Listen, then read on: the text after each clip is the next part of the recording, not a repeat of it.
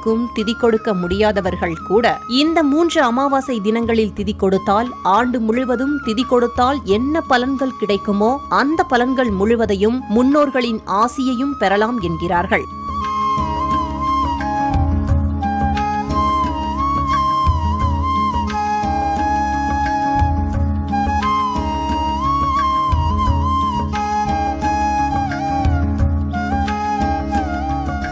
ஆடி தை மாதங்களில் வரும் அமாவாசையை காட்டிலும் மகாலய அமாவாசைக்கு ஏன் இவ்வளவு முக்கியத்துவம் பெறுகிறது என்றால், சூரியன் கன்னிராசிக்கு செல்லும் புரட்டாசி மாதம் யமதர்மராஜன் நமது முன்னோர்களை பூமிக்கு அனுப்புவதாக ஐதீகம். அதே நேரத்தில் அவர்களை நாம் வணங்கினால் மனமகிழ்ச்சியோடு அவர்களின் ஆசீர்வாதம் பெற முடியும் என்கிறார்கள்.